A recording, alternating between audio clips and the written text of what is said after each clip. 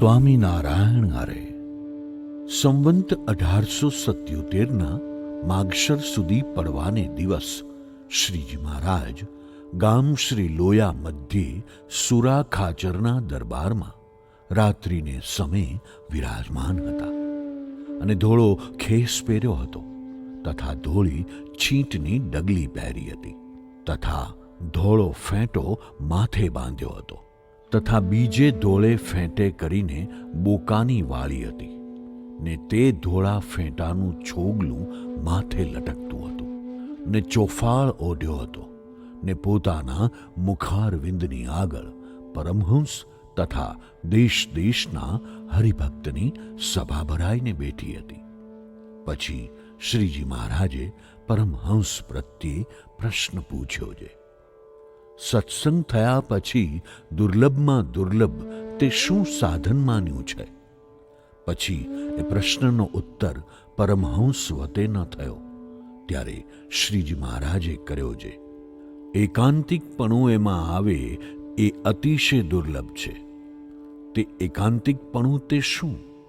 તો ધર્મ, જ્ઞાન અને વૈરાગ્ય એ ત્રણેય યુક્ત જે ભગવાનની ભક્તિ કરવી તેને એકાંતિકપણું કહીએ. પછી વળી શ્રીજી મહારાજે પ્રશ્ન પૂછ્યો છે. ધર્મ સંબંધી સાધનમાં એવું કયું સાધન છે જે એક રાખીએ કરીને સર્વે ધર્મ રહે? અને ભગવાન સંબંધી જે ભજન, સ્મરણ, કીર્તન, વાર્તા એ આદિક સાધન છે તેમાં એવું એક સાધન કયું છે જે આપતકાળ હોય ને સર્વે જાય ને જો એક રહે તો સર્વે રહે? પછી તેનો ઉત્તર પણ પોતે કર્યો છે. ધર્મ સંબંધી સાધનમાં તો એક નિષ્કામપણું હોય તો સર્વે સાધન આવે અને ભગવાન સંબંધી તો એ સાધન છે જે નિશ્ચય રહે તો સર્વે આવે. અને વળી શ્રીજી મહારાજે પ્રશ્ન પૂછ્યો છે. કેવી મતિ એક પ્રકારની રાખીએ રૂડું થાય ને તેને જો ફેરવીએ તો ભૂંડું થાય, અને કેવી મતિને વારંવાર ફેરવીએ તો રૂડું થાય ને ન ફેરવીએ તો ભૂંડું થાય? પછી તેનો ઉત્તર પણ પોતે કર્યો છે. ભગવાનના નિશ્ચય રૂપ જે મતિ તેને તો ફરવા જ દેવી નહીં. ભગવાનનું મહાત્મ્ય સાંભળીને તેની પુષ્ટિ વારંવાર કર્યા કરવી તો રૂડું થાય, ને એ મતિને વારંવાર ફેરવે તો ભૂંડું થાય. અને પોતે પોતાના મનને જાણીએ જે મતિમાં નિશ્ચય કર્યો હોય છે મારે આમ કરવું છે તે મતિને સંતને વચને કરીને વારંવાર ફેરવવી ને સંત કહે છે અહીં બેસવું નહીં ને આ કરવું નહીં તો તે ઠેકાણે બેસવું નહીં ને તે કરવું નહીં. એવી રીતે મતિને ફેરવે તો રૂડું થાય, ને એ મતિને ફેરવે નહીં ને પોતાનું ધાર્યું કરે તો ભૂંડું થાય. અને વળી શ્રીજી મહારાજે પ્રશ્ન પૂછ્યો છે. કેવી જાતનો સત્સંગી અથવા પરમહંસ હોય ને ધર્મમાં સંપૂર્ણ રહેતો હોય ને તેની પાસે બેસી ને વાત સાંભળીએ તો દોષ લાગે? ત્યારે તેનો ઉત્તર પણ પોતે કર્યો છે. જેને ભગવાનનો નિશ્ચય હોય ને ધર્મમાં પણ પોતે રહેતો હોય તો પણ જો તેને વ્યવહારમાં આસક્તિ હોય તથા દેહાભિમાન હોય તથા માન હોય ને તેને ભગવાન તથા સંત તે ખોદે તો તે ભગવાનનો ને સંતનો અવગુણ જરૂર લે. પછી બીજાને આગળ પણ ભગવાનના તથા સંતના અવગુણની વાત કરીને તેને વિમુખ જેવો કરે. એવો જે હોય તેનો કોઈ રીતે સંબંધ ન રાખવો, અને રાખે તો ભૂંડું થાય. અને વળી શ્રીજી મહારાજે પ્રશ્ન પૂછ્યો છે. કેવો સાધુ હોય ને તે ધર્મમાં રહેતો હોય ને નિશ્ચય પણ હોય તો પણ તેને ભેળે નાવા જવું નહીં ને પાસે પથારી કરવી નહીં ને તેની વાત પણ ન સાંભળવી? પછી તેનો ઉત્તર પણ પોતે કર્યો છે. જે સંત હિંમત રહિત વાત કરતો હોય છે શું એક જન્મે કરીને નિષ્કામાદિક ગુણ આવે છે? એ તો ભગવાન કૃપા કરે તો આવે, નહીં તો અનેક જન્મે કરીને કલ્યાણ થાય. પણ આ જ દેહે કરીને શું કલ્યાણ થાય છે? એવી રીતે જે હિંમત રહિત વાત કરતો હોય તેના સંગનો સર્વ પ્રકારે ત્યાગ કરવો. અને જે એમ કહેતો હોય જે આને આ દેહે કરીને કૃતાર્થ થયા છીએ ને કામ, ક્રોધ, મદ, મત્સર, માન ઇત્યાદિક દોષનો શો ભાર છે? ભગવાનને સંતના પ્રતાપે કરીને એ સર્વેનો નાશ કરી નાખીશું. એમ જે કહેતો હોય ને તે કામાદિક દોષને નાશ કરવાના ઉપાયમાં તત્પર થઈને મંડ્યો હોય તેનો સંગ સર્વ પ્રકારે કરવો. અને વળી શ્રીજી મહારાજે પ્રશ્ન પૂછ્યો છે, કેવો સાધુ હિંમત સહિત વાત કરતો હોય તો પણ તેનો ત્યાગ કરવો? પછી તેનો ઉત્તર પણ પોતે કર્યો છે. જે સંત કેવળ પોતાના પુરુષાર્થને જ અધિક કહેતો હોય અને પુરુષાર્થે કરીને જ પોતાને કૃતાર્થ માનતો હોય પણ ભગવાનનું બળ ન રાખે અને એમ ન સમજે જે આ સાધને કરીને ભગવાનને રાજી કરવા છે, તો તેનો પણ ત્યાગ કરવો. અને વળી શ્રીજી મહારાજે પ્રશ્ન પૂછ્યો છે, કેવો સાધુ હોય તેનો સંગ કરવો ને કેવાનો ન કરવો? ત્યારે તેનો ઉત્તર પણ પોતે કર્યો છે. વર્તમાન પણ શુદ્ધા સારા પાળતો હોય ને નિશ્ચય સુધો હોય ને તે પાસે આપણ રહેતા હોઈએ ને આપણને ટોકે નહીં ને પંપોળીને રાખે ને જાપરો રાખે તો તે મુક્તાનંદ સ્વામી જેવો લોક વ્યવહારે મોટો કહેવાતો હોય તેનો પણ સંગ ન કરવો. અને જે સંત પોતાને ટોક્યા કરે ને જે સ્વભાવ દેખે તે ઉપર ખટકો રાખે ને તે ન ટળે ત્યાં સુધી વાત કર્યા કરે ને લલો ચપો રાખે નહીં ને તે લોક વ્યવહારે મોટો ન કહેવાતો હોય તો પણ તેનો સંગ કરવો. પછી વળી શ્રીજી મહારાજે પ્રશ્ન પૂછ્યો છે, જે સંતમાં બધા ગુણ સારા મોટા મોટા ભક્તિ જ્ઞાનાદિક હોય પણ તેમાં એક એવો કયો ભૂંડો દોષ હોય જેણે કરીને તેનો સંગ ન કરીએ? ત્યારે તેનો ઉત્તર પણ પોતે કર્યો છે. જેને આળસ બહુ હોય ને નિંદ્રા બહુ હોય ને સ્નાન ધ્યાનાદિક જે નિયમ તેને પાળવાનું કોઈ કહે તો કહે હમણાં કરીશું, શી ઉતાવળ છે, ધીરે ધીરે થશે, એમ બોલે તે સુધો સારો હોય તો પણ તેનો સંગ ન કરવો. અને વળી શ્રીજી મહારાજે પ્રશ્ન પૂછ્યો છે, સુધી સારી વાત કરતો હોય પણ તેની વાત ન સાંભળીએ એવો એની વાણીમાં શો દોષ જાણવો? ત્યારે તેનો ઉત્તર પણ પોતે કર્યો છે. વાત કરવામાં પોતાને વિશે જે ભક્તિ, જ્ઞાન, વૈરાગ્ય, ધર્મ તેની જ અહંકારે કરીને પોતે સરસાઈ દેખાડે ને બીજા સંતમાં જે જ્ઞાન, ભક્તિ આદિ ગુણ તેની કંઈક ન્યૂનતા દેખાડે એવો જેની વાણીમાં દોષ હોય તેની વાત ન સાંભળવી. અને વળી શ્રીજી મહારાજે પ્રશ્ન પૂછ્યો છે, જેની વાણીમાં તો કુત્સિતપણું હોય તો પણ તે વાણીને અમૃતની પેઠે પાન કરીએ એવી તે કઈ વાણી છે? પછી તેનો પણ પોતે ઉત્તર કર્યો છે. જે સંત વાત કરે ત્યારે પોતે પોતાના સંબંધી મા બાપ, બેન, ભાઈ તથા પોતાની જાતિ તેની કુત્સિત શબ્દે કરીને તેની નિંદા કરતો હોય તો તેની તે વાણી સારી જાણવી. શા સારું? જે તે વાણીને જે સાંભળે તેને તે સંતની કોરનો એમ ગુણ આવે છે. આ સંતને તો કોઈ રીતે પોતાના દેહ સંબંધી આદિકમાં હેત નથી, માટે તે વાણીને અમૃતની પેઠે પાન કરવી. અને વળી શ્રીજી મહારાજે પ્રશ્ન પૂછ્યો છે, કે ઠેકાણે માન રાખવું ને કે ઠેકાણે માન ન રાખવું? પછી તેનો ઉત્તર પણ પોતે કર્યો છે.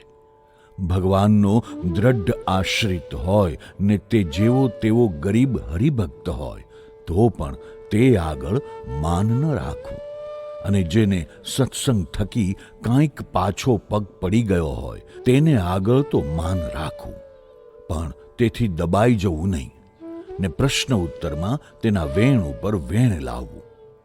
અને વળી શ્રીજી મહારાજે પ્રશ્ન પૂછ્યો છે, કે ઠેકાણે હેત રાખવું અને કે ઠેકાણે ન રાખવું? ત્યારે તેનો ઉત્તર પણ પોતે કર્યો છે. અમે સર્વે સંતને સાધારણપણે કહેતા હોઈએ જે બુરાનપુર તથા કાશીએ કોણ જશે? ત્યારે કોઈ બોલે નહીં. ત્યારે તે સભામાંથી પોતે ઉઠીને અમને એમ કહેવું છે, કહો તો હે મહારાજ હું જાઉં. એમ કહીને અમારી આજ્ઞા લઈને ત્યાં જવું. એવે ઠેકાણે અમારી પ્રસન્નતાને અર્થે અમારા દર્શનાદિકનું હેત પણ ન રાખવું. અને અમે તથા સંત તે જેને કચવાણા હોઈએ ને વઢીને તિરસ્કાર કરીને બહાર કાઢી મૂક્યો હોય ને તે શોકે કરીને રોતો હોય ને તે પાસે કોઈ એકડમલ વિમુખ જેવો આવીને સંતનો અથવા અમારો અવગુણ કહેવા લાગે, ત્યારે તેની આગળ તે સંતની કોરનું ને ભગવાનની કોરનું બહુ હેત જણાવે અને એમ કહે છે, હું તો એનો વેચાણ છું ને મારા કટકા કરી નાખે તો પણ મારે એમનો અવગુણ ન આવે. એ તો મારા કલ્યાણના કરતલ છે. એવી રીતે તે ઠેકાણે અતિશય હેત જણાવે. અને વળી શ્રીજી મહારાજે પ્રશ્ન પૂછ્યો છે, જેણે કરીને ભગવાન રાજી થતા હોય તો પણ તે કરવું નહીં, અને જેણે કરીને ભગવાન કુરાજી થાય તો પણ તે કરવું, એવું તે શું છે? પછી એનો ઉત્તર પણ પોતે કર્યો છે. અમે કોઈક વચન કહીએ ને તેમાં જો અધર્મ જેવું હોય તો તેને વિશે ચીરકારી થવું, કહેતા તેમાં ઘણીક વાર લગાડવી, પણ તુરત માનવું નહીં. જેમ શ્રી કૃષ્ણ ભગવાને અર્જુનને કહ્યું છે, અશ્વત્થામાનું માથું કાપી નાખો. પછી તે વચન અર્જુને ન માન્યું. તેમ એવી રીતનું જે વચન તેમાં અમે રાજી થતા હોઈએ તો પણ ન માનવું. તથા પંચ વર્તમાન સંબંધી જે નિયમ કહ્યા છે તેમાંથી જેણે કરીને ભંગ થતો હોય એવું જે વચન તે ન માનવું. અને એ બે વચન ન માનીએ ને ભગવાન કચવાતા હોય તો સારી પેઠે કચવાવવા પણ તેમાં રાજી ન કરવા. અને વળી શ્રીજી મહારાજે પ્રશ્ન પૂછ્યો છે, ભગવાનનું ધ્યાન કરતે થકે મનને વિશે અનેક પ્રકારના ભૂંડા ઘાટના તરંગ ઉઠવા માંડે. જેમ સમુદ્રના મોટા મોટા તરંગ ઉઠે તેમ ભૂંડા ઘાટ ઉઠવા લાગે. ત્યારે તે ઘાટને કેમ ટાળવા? પછી એનો ઉત્તર પણ પોતે કર્યો છે. જ્યારે એવા ભૂંડા ઘાટ થવા માંડે ત્યારે ધ્યાનને પડ્યું મૂકીને જીભે કરીને ઉચ્ચ સ્વરે નિર્લજ થઈને તાળી વજાડીને સ્વામિનારાયણ સ્વામિનારાયણ ભજન કરવું. અને હે દીનબંધુ, હે દયા સિંધો એવી રીતે ભગવાનની પ્રાર્થના કરવી. તથા ભગવાનના સંત જે મુક્તાનંદ સ્વામી જેવા મોટા હોય તેના નામ લઈને તેની પ્રાર્થના કરવી. તો ઘાટ સર્વે ટળી જાય ને નિરાંત થાય. પણ એ વિના બીજો એવો ઘાટ ટાળ્યાનો ઉપાય નથી. અને વળી શ્રીજી મહારાજે પ્રશ્ન પૂછ્યો છે, આ સત્સંગમાં જે અતિ મોટો ગુણ જણાતો હોય ને તે ગુણના સર્વે વખાણ કરતા હોય તો પણ તે ત્યાગ કરવા યોગ્ય હોય એવો કયો ગુણ છે? અને દોષ હોય ને તે ગ્રહણ કરવા યોગ્ય હોય એવો કયો દોષ છે? ત્યારે તેનો ઉત્તર પણ પોતે કર્યો છે. મુક્તાનંદ સ્વામી જેવા હોય તે સર્વેથી સરસ વર્તમાન પાળતા હોય ને તેણે કરીને બીજા સંતને ઉદ્વેગ થાય. કેમ જે એમની બરોબર વર્તાય નહીં. તે સારું. એ ગુણ યદ્યપિ મોટો છે તો પણ તેનો ત્યાગ કરીને સર્વ સંતને બરોબર વર્તવું. અને બરોબર વર્તવા રૂપ દોષ છે તો પણ એનું ગ્રહણ કરવું. અને વળી શ્રીજી મહારાજે પ્રશ્ન પૂછ્યો છે, આ સંતમાં એવો કયો એક દોષ છે જેનો ત્યાગ કરે ત્યારે સર્વે દોષ માત્રનો ત્યાગ થઈ જાય, અને એવો કયો એક ગુણ છે જે એક આવીએ સર્વે ગુણ આવે? ત્યારે એનો ઉત્તર પણ પોતે કર્યો છે. જો દેહાભિમાન રૂપ દોષ છે તો તેમાં સર્વે દોષ રહ્યા છે, ને તેનો ત્યાગ કરે તો સર્વે દોષનો ત્યાગ થઈ જાય છે. અને હું તો દેહથી નોખો જે આત્મા તે છું. એવો જે આત્મનિષ્ઠારૂપ એક ગુણ તે આવે તો સર્વે ગુણ માત્ર આવે છે. અને વળી શ્રીજી મહારાજે પ્રશ્ન પૂછ્યો છે, કેવા પંચ વિષયને સેવ્ય કરીને બુદ્ધિમાં પ્રકાશ થાય છે, અને કેવા પંચ વિષયને સેવ્ય કરીને બુદ્ધિમાં અંધકાર થઈ જાય છે? ત્યારે તેનો ઉત્તર પણ પોતે કર્યો છે. ભગવાન સંબંધી જે પંચ વિષય તેને સેવે તો બુદ્ધિમાં પ્રકાશ થાય છે, અને જગત સંબંધી પંચ વિષયને સેવે તો બુદ્ધિમાં અંધકાર થઈ જાય છે. અને વળી શ્રીજી મહારાજે પ્રશ્ન પૂછ્યો છે, કેવો દેશ, કેવો કાળ, કેવો સંગ, કેવી ક્રિયા જેનો સંબંધ ભગવાનની આજ્ઞાએ કરીને પણ ન કરવો? ત્યારે એનો ઉત્તર પણ પોતે કર્યો છે.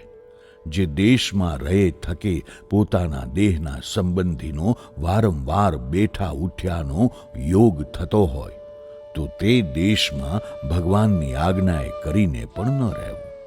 અને અમારા દર્શન થતા હોય ને તે ભેળે સ્ત્રીઓના દર્શન થતા હોય એવો સંગ તથા ક્રિયા હોય ત્યાં અમે બેસારીએ અને કહીએ જે અમારા દર્શન કરો તો પણ તે ઠેકાણે બેસવું નહીં, ને કોઈક મિશ લઈને ઉઠી જવું. અને જે કાળમાં વિષમપણું વર્તતું હોય ને મારકૂટ થતી હોય ને જો ભગવાનની આજ્ઞા હોય તો પણ ત્યાંથી ચાલી નીકળવું, પણ તે જ ઠેકાણે રહીને માર ન ખાવો. અને વળી શ્રીજી મહારાજે પ્રશ્ન પૂછ્યો છે, ક્યાં શાસ્ત્રોને સાંભળવા ને ભણવા, અને ક્યાં શાસ્ત્રોને ન સાંભળવા ને ન ભણવા? પછી એનો ઉત્તર પણ પોતે કર્યો છે. જે શાસ્ત્રમાં ભગવાનનું સાકારપણું પ્રતિપાદન ન કર્યું હોય તથા ભગવાનના અવતારનું નિરૂપણ ન હોય, અને જે ગ્રંથ શુદ્ધ વેદાંતના હોય ને એક અદ્વિતીય નિરાકારનું પ્રતિપાદન કરતા હોય ને તે ગ્રંથ સુદ્ધા બુદ્ધિમાનના કરેલા હોય તો પણ તે ગ્રંથને કોઈ દિવસ ભણવા નહીં ને સાંભળવા પણ નહીં. અને જો રણછોડ ભક્તના જેવા કીર્તન જ હોય ને તેમાં ભગવાનની મૂર્તિનું વર્ણન હોય તો તેને ગાવવા ને સાંભળવા, તથા એવી રીતના જે ગ્રંથ હોય તેને ભણવા ને સાંભળવા. ઇતિ વચનામૃતમ. એવી રીતે લોયાનું 6ઠું વચનામૃત થયું.